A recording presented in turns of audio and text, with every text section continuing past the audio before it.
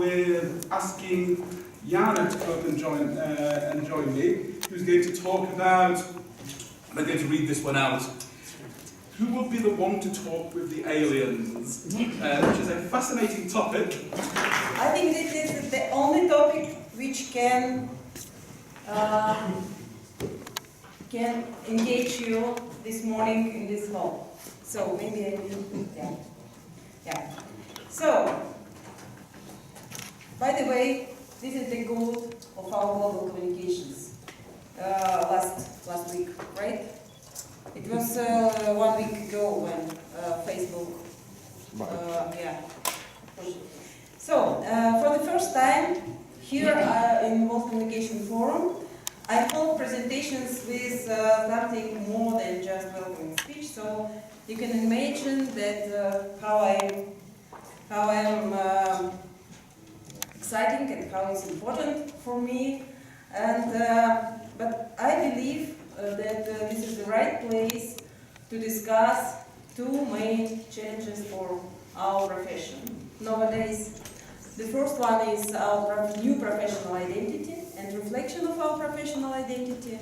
And the second is how to develop up our full potential of modern communications for improving humanity. That's why I up the level of discussion and hope you will share some ideas and really can push into discussion with Stuart and Ramon and with all of you.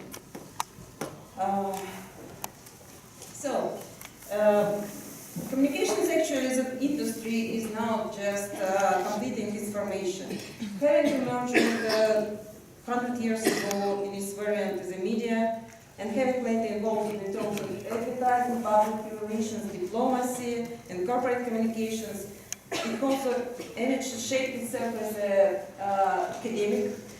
academic matter. And today communications have become truly integrated, and this having a strong impact on personal, public, business, and political life as an integrational concept. And a few more integral concepts born after that, such as trust, reputation, behavior, values. So the digital revolution logically created a platform for reflection of global communications, global culture, global communities.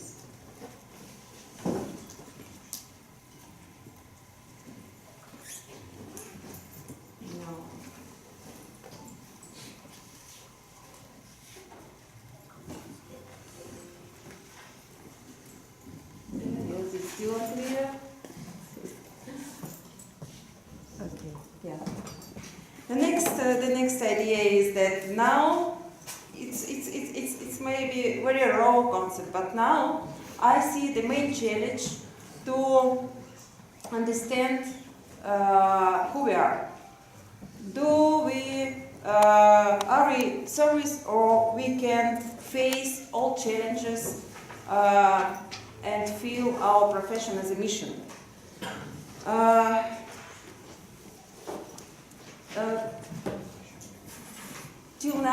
Till last years, communication finds easier to understand itself as a business, as an industry, as a service which measured in money, in income. It's easy indeed, yet KPI in communications is still very unclear. And we, even on this stage, we discussed maybe 3 times how to measure our results, our influence, our effectiveness. Not long ago, I had a meeting with one of the leaders of Asian department. It was in Hong Kong, Asian department of one of the biggest Chinese communication agency. In an hour, I heard from him maybe 4 times. It depends on budget. So it it sounds like the main rule for communication as a service. It depends on budget. I asked him about specific of the market, about the main campaign, type of campaign they provide in the Asian market in Hong Kong. And all I heard from him was it depends on budget. Just like politics have become a concentrated expression of economy, according to Karl Marx. Now I think we can see the next level of abstract of human interests. So it's effective economy, open, transparent economy, and society are necessary in true communications who are able to create supra-ideological and reputational assets for the mankind. The next one, very short. Our task is to create society engaged in a semantic of no war and no competition. A society which understands that the division between the winners and losers is actually a loss for both sides. So we should play win-win game. And let's imagine what will happen if media banned for a week or even for one day word war on their pages. I think it is a good initiative, and maybe even we this time have to push it. And finally, we come to what actually has made you join my presentation this early morning. Aliens. There is even easier way it is an easier way to explain why we need global communications, global community, all, and to be able to make all of these things and intention which I told about. So, who is going to talk to aliens if they arrive to our planet? Who will tell them about right and wrong values and problems on the level of civilization? Politics, which compete for power, or business, which is focused on finance and income, or media, which is deeply involved in politics and business and is country-oriented. So, any guesses? Who can do it? I think Johnny definitely can do it. So, just to repeat, 6 smiles, 6 ideas, how I believe to see 6 our challenges about our mission as communicators. And thank you very much from both of us.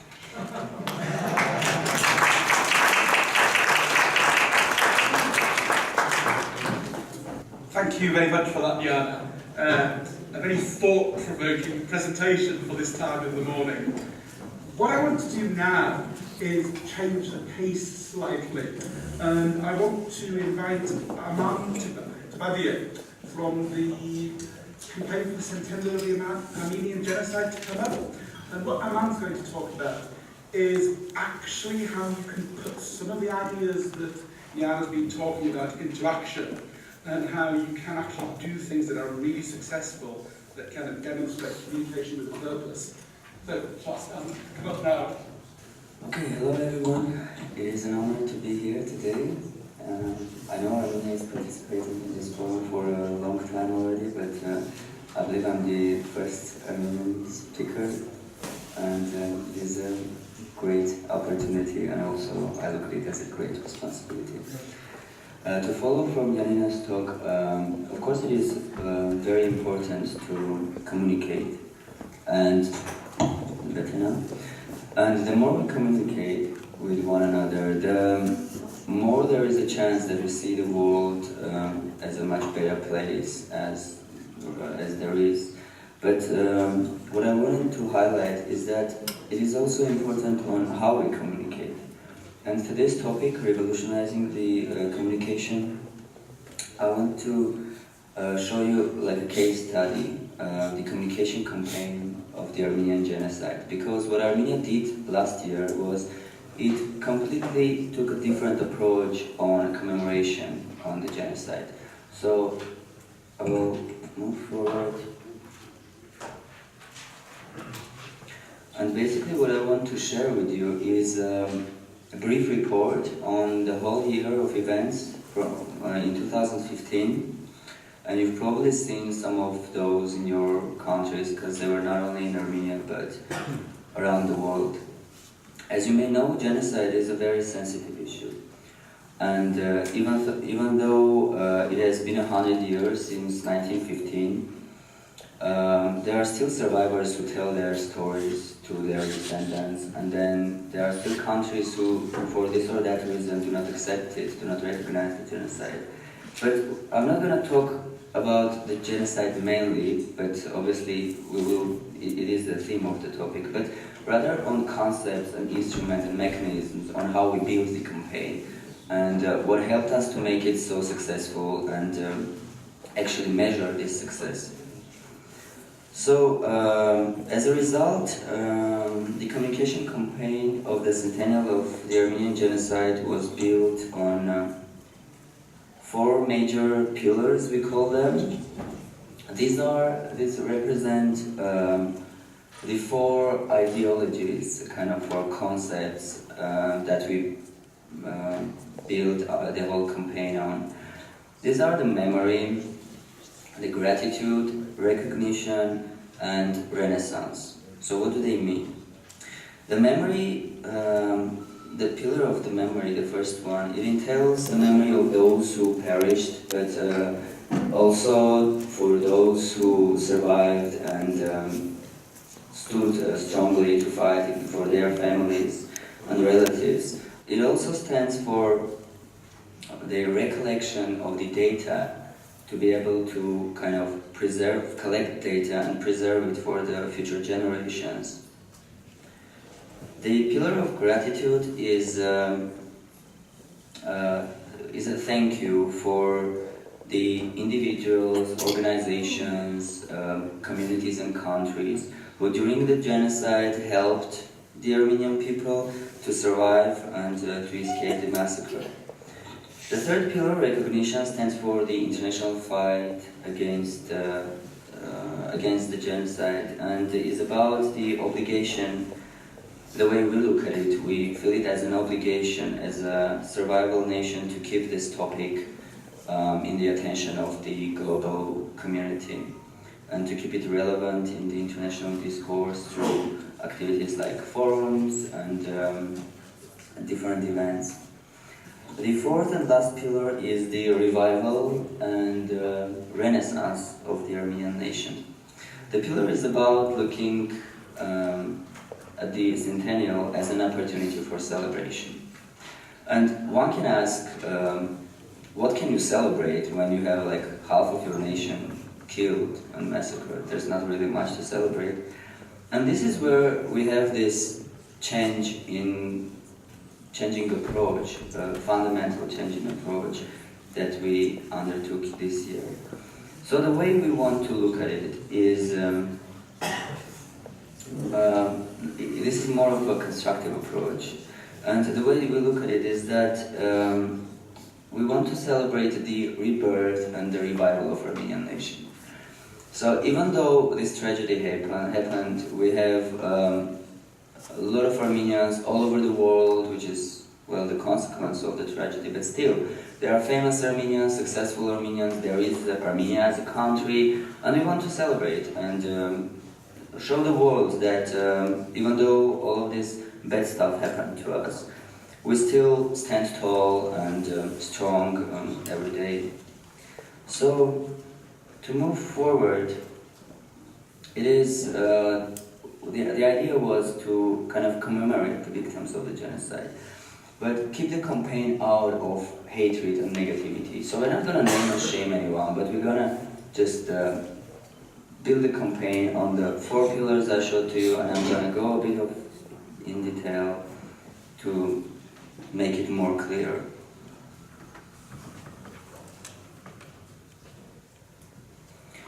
So before I actually pass to the actual tools and concepts on how we built the campaign, I want you to have a look at one of the products, let's say, of the campaign, which we get the prize for yesterday. And this is a movie that shows some of the prominent Armenians around the world and how they contributed in the international community in the development of the world.